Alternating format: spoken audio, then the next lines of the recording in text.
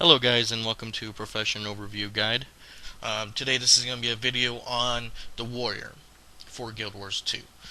The warrior itself is one of the three archetypes that are in the game for the professions. One of them the soldiers, the other one the adventurer, and the other one the scholars. For the warrior itself is classified as a soldier.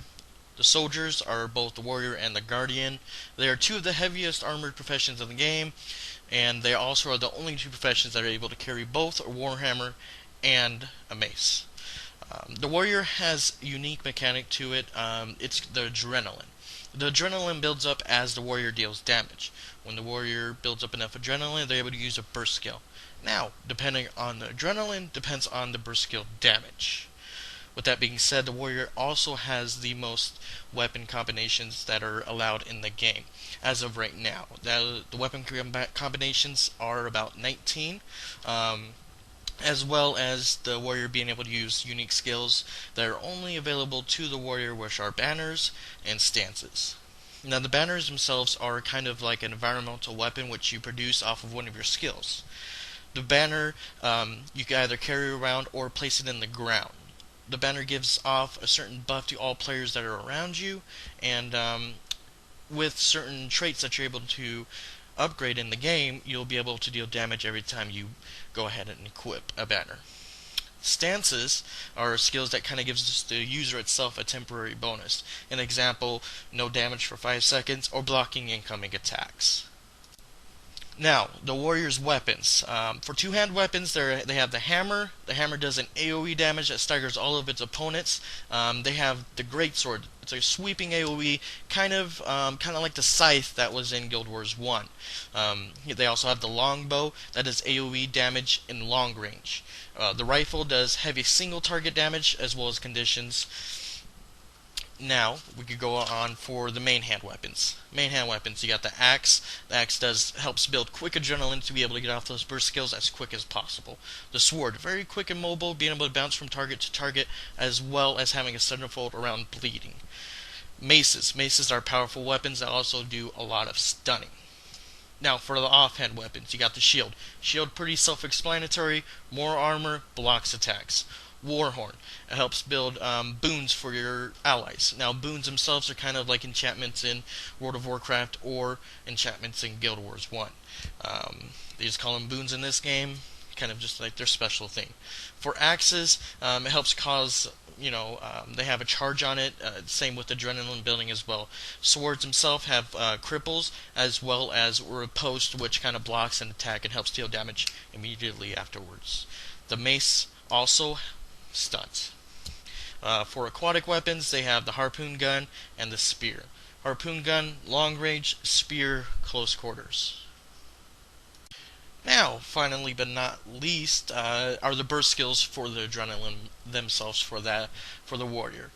The warrior's axe does an eviscerate, which leaps towards the target, dealing damage. Also has a greatsword, which is an arcing slice attack that also gives you might, which might gives you increased damage for a certain amount of time.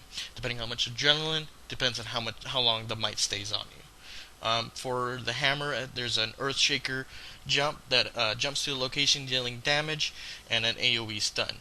The longbow has a combustive shot, doing burning AoE at a long range. The mace, its kind of centerfold would be stuns. Its burst skill is a stun that, for depending on how much adrenaline you have, depends on how long the stun is for. For the rifle, you got the kill shot. Kill shot, which is very powerful, kind of single target damage. The sword, it has a flurry, that's what the skill's called, and it immobilizes the target, which I'm assuming while it's immobilized that you're going to be able to do auto attacks as well. And depending on how much adrenaline you have, depends on how long the immobilization is for. For the harpoon gun, you kind of got a dealing just a single target damage. It's called forceful shots. You also have the spear, which is called Tsunami Rush for the adrenaline burst attack, and it's kind of like a whirlwind to the target that damages foes along the way. Now, the warrior, in my opinion, in of itself, is a lot more versatile than other warriors in other kind of MMOs or games in general. The warrior in Guild Wars 2 adds a lot of versatility. Now, it's one of the heaviest armored units besides the Guardian, but able to have so many different tactical opportunities. Being able to use banners and whatnot to buff your teammates, as well as being able to switch to longbow range or long range with the longbow or the rifle or anything to that extent to be able to attack from a distance. Now, in other MMOs, you don't see that often enough. I mean, in WoW, there is no such thing as a long-range warrior. To be able to adapt so easily and be able to switch between weapon sets and being able to have such a heavy armor set, it's almost like he's really deadly. With that being said, I mean, you could go up, brute force with somebody with, like, your axe and a shield itself, and be able to do your burst damage with your abilities. The warrior stands out a lot in Guild Wars 2, in my opinion. I've never been a big warrior fan. I've never really played warrior too often because it's too bland. But after seeing Guild Wars 2, what they're doing with the warrior itself, it's very intriguing. I mean, they're very, very, very versatile, and I like the fact they're taking away the tank aspect of the warrior. I mean, that's initially what the warrior is in other MMOs. I mean, you see the warrior do a little bit of damage, but I mean, they get blown away by the casters or something to that extent, like in Guild Wars 2, like mages and whatnot. I mean, unless you're superior, as long as I could say that, a lot better equipped than the other players. I've never really seen a warrior be able to sustain itself as much as the warrior does, and I'm excited to see what they're going to be able to do with the warrior.